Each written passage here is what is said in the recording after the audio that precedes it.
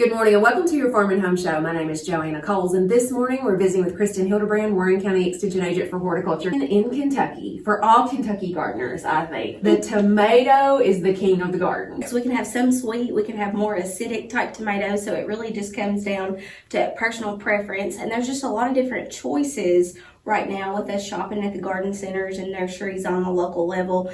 And you may be wondering, there's so many choices. How do I narrow down which one that I need to have for my own vegetable garden? So selection of tomatoes can be kind of hard, but if you can break them down into 4 basic categories, that's really going to be very helpful. So the first kind that we have is a standard type of tomato. It's commonly referred to as a slicing tomato, and it's usually the main season type tomatoes that we have here in Kentucky. So some of the ones that you may find with this are like Celebrity. We have Rutgers that are featured here. A lot of those are going to come in main season, and so they're going to, basically be really good for any kind of sandwich that you want to have with those, like the BLTs just comes to mind just right offhand. But there's the standard type, and then you can have the real small pint size cherry fruit, and those are called the salad tomatoes. So those can work great in pasta salad dishes. They can work great for a green salad.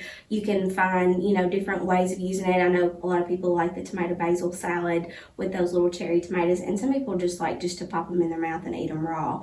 But we have sweet 100s there. I know you and I talked about Sun Gold, Sun Sugar. That one's really, really sweet. Kind of got more of a yellow color to it. So whatever, is good for you. This one's going to do really, really good. It's going to be more of a sprawling type plant. Those cherry, most of the time they're indeterminate, so they're going to keep growing and growing until they're killed by frost. So it's really important when you know that you're going to have to pick a support that's going to be able to support, because sometimes those cherry tomatoes can get 7-8 foot in the air. They can definitely get out of control. But I think what's fun about the small tomatoes is you can get red, yellow, purple, even pear-shaped. So I think they're just kind of fun. Yeah, they're a lot of fun. And then we have the beefsteak type tomatoes. Now, if you're interested in maybe entering something into the fair, these are going to get the biggest fruits of any of them. So basically they can be a pound or more as far as weight goes. Now, sometimes these are not always the prettiest. Sometimes they can have more of a globe shape or a regular shape to them. So if you're talking about some of the heirlooms that fit into this beefsteak variety, Brandywine and Cherokee Purple. Cherokee Purple is one that is an heirloom, so it doesn't really look as pretty, but the flavor, if you like it is really good. And it's more of a less acidic type of tomato. The Brandywine is more of a pink, so it's a little bit sweeter.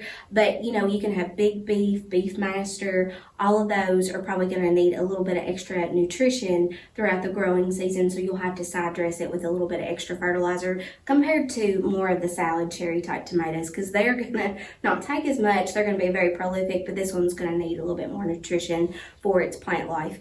And then the last category that we have is the paste tomatoes. So if you plan on making your own sauces at home, or you're going to be processing that into, other things that you're going to be using on for like the winter months. And some people may be interested in that because I think they had said that there had been some shortages of sauces and things like that. This one has got a meatier texture. It's really, really thick fleshed.